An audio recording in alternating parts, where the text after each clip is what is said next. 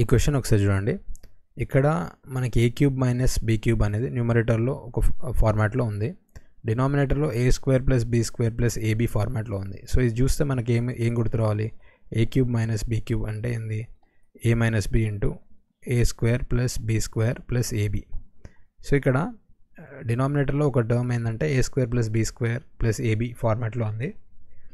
So న్యూమరేటర్లో దీన్ని ఏ minus B అని రాసుకుంటే మనకు మిగిలేది ఏంది? న్యూమరేటర్లో ఏ మైనస్ బి అనేది మిగులుతుంది. ఏ మైనస్ బి అంటే ఎంత? 0.99 మైనస్ 0.01.